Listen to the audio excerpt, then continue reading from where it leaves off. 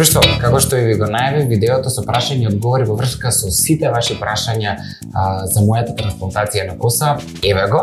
Денеска ќе пробам да одговорам на сите прашања кои што вие мене ми ги поставивте и се надевам дека овие одговори кои што ќе ви ги дадам денес ќе ви бидат многу од корист за тоа да се за оние кои што се мислат да се одлучите да начекор да направите трансплантација на коса, затоа што верувајте ми, животот ќе ви се смени на позитивно. Почнуваме сега. Најчесто поставуваното прашање дефинитивно ми беше ова, односно чија коса е пресадена. На шега често знаев да кажам дека косата е на Девид Бекам, но генерално, значи она што е точен одговор, односно она што е вистина е дека станува збор за пресадување на ваша коса. На страна од сите оние пресадување на органи кои што се прават каде што има донатор на органот,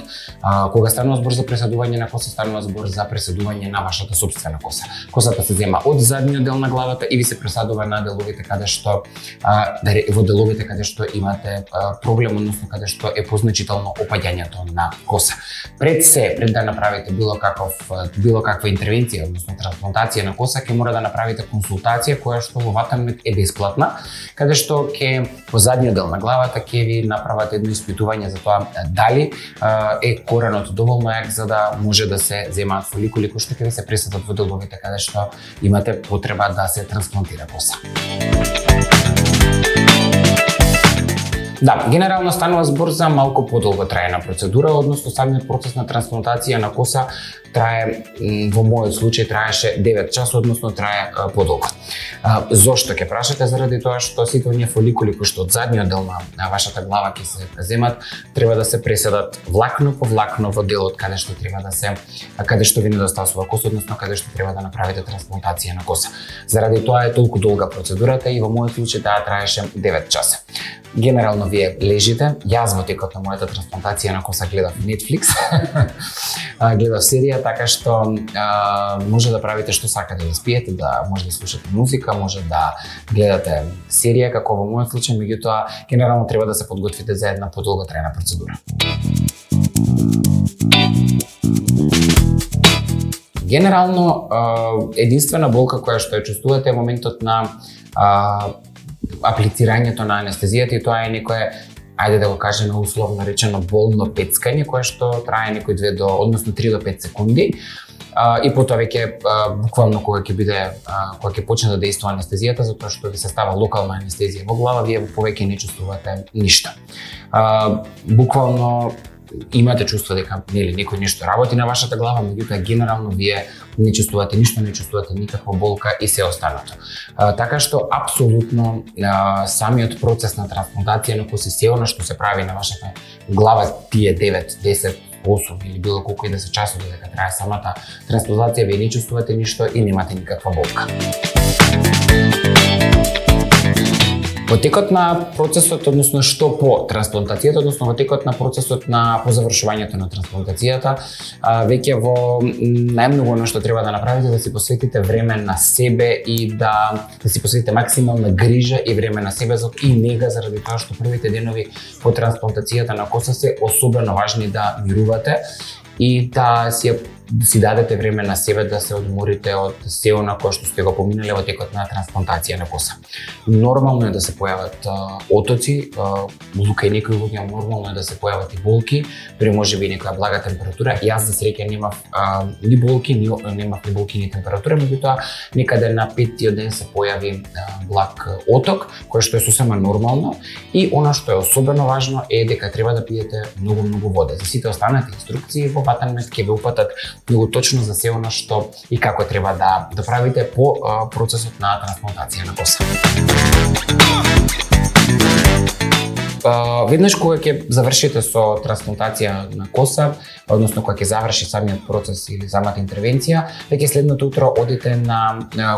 прва контрола во ватармета, веќе по 2 до 3 дена одите на прво миење на косата, каде што ќе ви дадат инструкции и насоки како треба да ја миете косата и како да се грижите за вашата коса во првите 10 дена по односно по самата трансплантација. Сето тој целиот тој процес го повторувате првите 10-11 дена и потоа веќе одите на финално миење каде што, ајде да кажеме, оние како бели корупки кои што се појавуваат на главата ќе испаднат целосно. Кај мене во моментов ова е веќе скоро па месец дена по трансплантацијата на коса. Мојата коса изгледа вака и генерално искрено јас сум премногу задоволена од се она што и како се изгледи, се она што го добив како услуга од тимот на Ватармет. Во мојот случај се пресадени 5000 влакна и генерално делот каде што се пресадуваше мојата коса е позадина темето и напред. Докторите, односно тимот на доктори од Ватармет сметаше дека 5000 влакна се сосема доволно за да се покрие оној критичен дел каде што јас почнав да ја губам косата која што не се обновуваше дополнително. Да, имате одредени правила и кои што мора да ги почитувате по трансплантацијата на коса, особено во однос на тоа дека 2 месеци не смеете да посетувате теретана, 3 месеци не смеете да посетувате езеро, море, спа, центар и така натаму. Особено во првите 10 дена по трансплантацијата на коса мора да внимавате на храната, односно не смеете да јадете мрсна храна и многу зачинета храна, секако дека имате и соодветна, ајде да кажеме, соодветна витаминска поддршка која што ја примате и посебна нега на косата која што луѓето од Ватармет, односно тимот на Ватармет има подготвено за вас и сето тоа ќе го добиете веднаш по завршувањето на тој процес на тие 10 дена. Дефинитивно најголем проблем за мене беше спиењето, затоа што во првите 10 дена генерално што како што знам јас да кажем и не спиете, заради тоа што буквално главата не сме да доаѓа во контакт со ништо, особено делот каде што ви е пресадена коса. Спиете на тилот, ајде така да кажем, и генерално позицијата во која што спиете не е удобна, така што подгответе се за неспиење, подгответе се тие првите 10 дена да се жртвувате, меѓутоа потоа веќе ќе можете да си ги правите сите работи нормално, по тие 10 дена ќе може некако полека да си го враќате животот во нормално. Во првите месеци, односно до третиот месец, сосема нормално да косата која што ви е пресадена почнува да опаѓа, тоа е сосема нормално. Меѓутоа потоа веќе од третиот до шестиот месец се очекуваат 70% од косата да порасне, а веќе од 9-тиот до 12-тиот месец 99% од косата. Она што е добро и зашто Ватармет е толку посебна клиника, заради тоа што Ватармет има доживотна интернационална гаранција за делот од косата кој што ви е пресаден, така што со Ватармет сте сигурни дека имате доживотна гаранција за пресадената коса. Генерално не можам да најдам една замерка за тимот на Ватармет за тоа како и во текот на периодот пред интервенцијата и во текот на самата интервенција, меѓутоа и во овој, ајде да го кажеме така, постоперативен период се грижат за мене, затоа што деноноќно ви посветуваат внимание, значи и се грижат за вас во целиот тој период. Им благодарам на се што направија за мене во овој период и навистина ми е многу драго што вака има можност јавно да зборувам за тоа дека да јас направив трансплантација на коса во Ватармет и сум премногу задоволен од сите оние услуги кои што ги добив, кои што може да ги добиете и вие доколку се решите да ја направите вашата трансплантација на коса. Со своето 15 годишно искуство и распространетост во повеќе од 22 земји на 4 континенти и повеќе од 50.000 задоволни клиенти, она што Ватармет ви нуди е она интернационална